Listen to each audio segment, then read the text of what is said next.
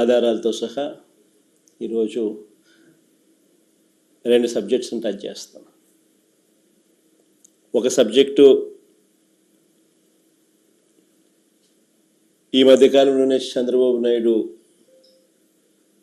తానేదో చాలా గొప్పగా చేశాను అని చెప్తూ రీసర్వే మీద క్రెడిట్ చోరీ చేసే కార్యక్రమం ఏదైతే తాను చేస్తూ ఉన్నాడో ఆ క్రెడిట్ చోరీకి సంబంధించి తాను చెప్తా ఉన్న అవాస్తవాలు అబద్ధాలు ఏ స్థాయిలో ఉన్నాయి అన్నవి ఒక విషయంగా ఎక్స్ప్లెయిన్ చేస్తాను. రెండో విషయంగా ఈ మధ్యకాలంలోనే చంద్రబాబు నాయుడు పల్నాడులో ఎంత దారుణంగా ఒక సామాన్యుడిని, ఒక దళితుడిని, ఒక పేదవాడిని,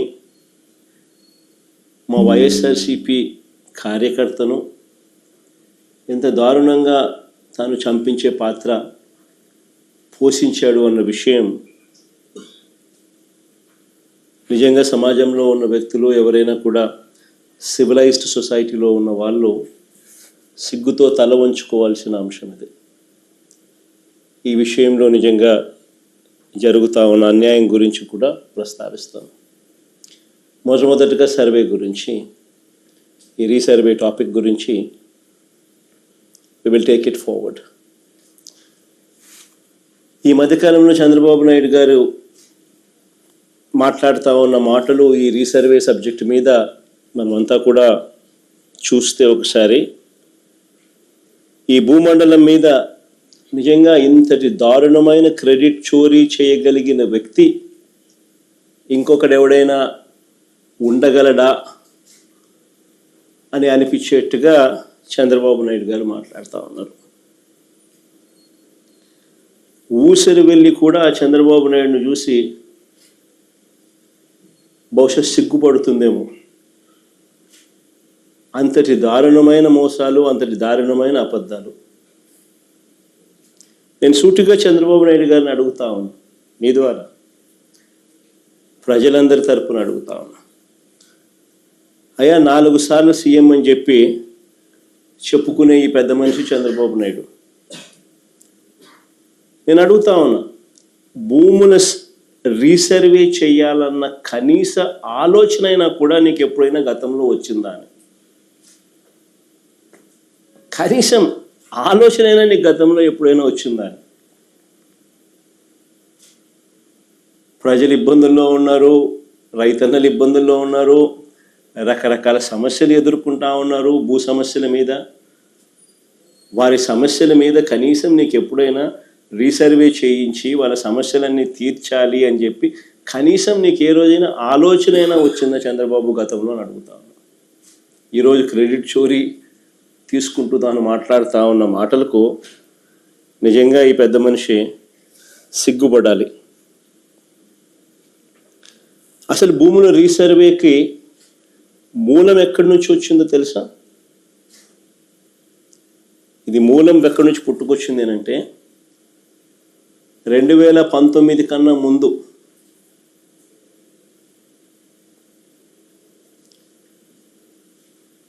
నా 3648 కిలోమీటర్లు సాగిన నా పాదయాత్రలో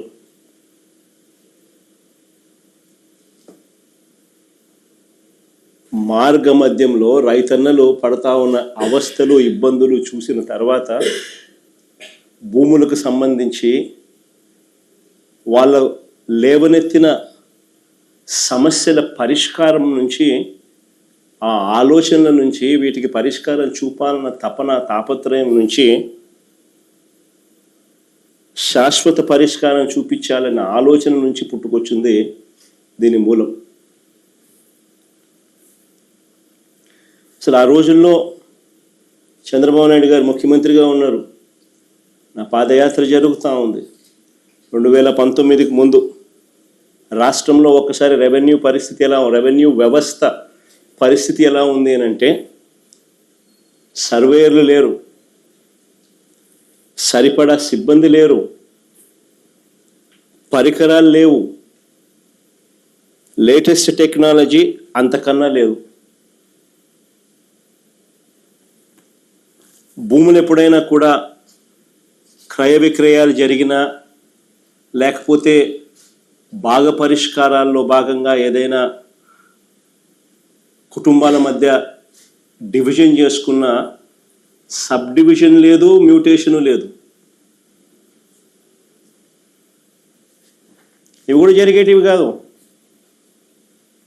పైగా ఎడా పెడ, లెఫ్ట్ రైట్ సెంటర్, ఈయనకు ఎప్పుడు మూడు వస్తే అప్పుడు, ఎప్పుడు బుద్ధి పుడితే అప్పుడు, ఎవరైనా నచ్చకపోతే అప్పుడు 22A అంటే ప్రోహిబిటెడ్ ల్యాండ్ సేల్. 22Aలో భూములు పెట్టడం, ప్రోహిబిటింగ్ ఎనీ ల్యాండ్ సేల్. వీళ్ళకి ఇష్టం రైతులను, ప్రజలను ఇబ్బందులు పెడుతూ అవస్థలకు గురి చేస్తున్న పరిస్థితి. ఇలాంటి 1,00,000 సమస్యలకు పరిష్కారంగా సమగ్రమైన భూ సర్వే అండ్ సమగ్రమైన ల్యాండ్ రిఫార్మ్స్.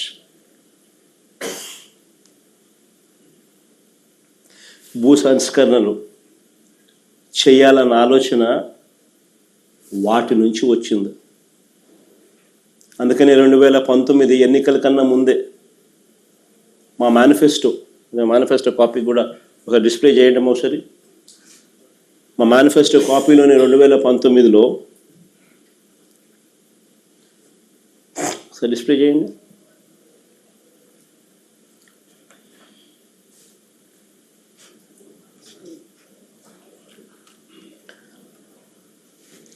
చూడండి ఒకసారి.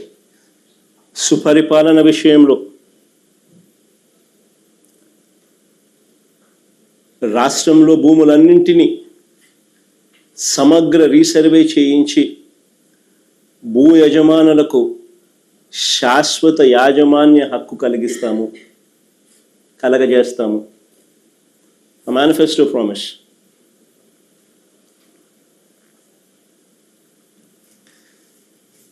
అక్కడి నుంచి పుట్టుకొచ్చింది.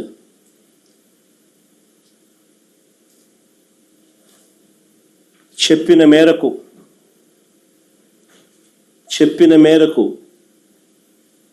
ఇది ఒక మహాయజ్ఞం అని తెలిసి, చెప్పిన మేరకు 2020 డిసెంబర్ 21వ తారీఖున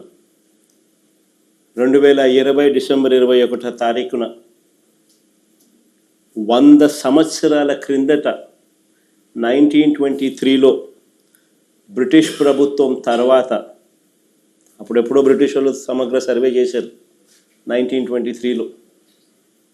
దాని తర్వాత ఎప్పుడూ కూడా ఎక్కడా కూడా సమగ్ర రీసర్వే అన్నది ఎప్పుడూ కూడా ఆలోచన కూడా చేయడానికి కూడా ఎవరు సాహసించరు.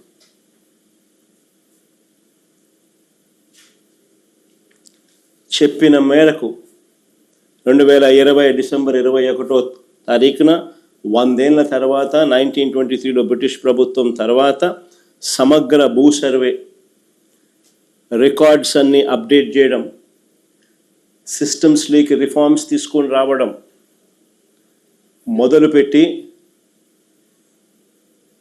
ఒక గొప్ప అడుగు పడింది ఆ రోజు. నిజంగా ఇది ఒక రాష్ట్ర ప్రభుత్వంగా ఒక సువర్ణాక్షరాలతో లిఖించదగ్గ ఒక గొప్ప అధ్యాయం. సమగ్ర రీసర్వేతో కూడిన ఈ సంస్కరణలు మేము చేసినది నిజంగా ఒక మహాయజ్ఞం లాంటిది. చెప్తా ఎందుకు అంత యజ్ఞం అనే పదం ఎందుకు వాడుతూ ఉన్నాను అని అంటే, ఒకసారి ఆ లోతు లేకపోతే మీతో పాటి ప్రజలందరికీ కూడా అర్థమవుతుంది అసలు ఎంత లోతుగా పోయాము అని. ఇది చెయ్యాలి అని అంటే ఎంత కష్టమైన పని అని కూడా అందరికీ అర్థమవుతుంది.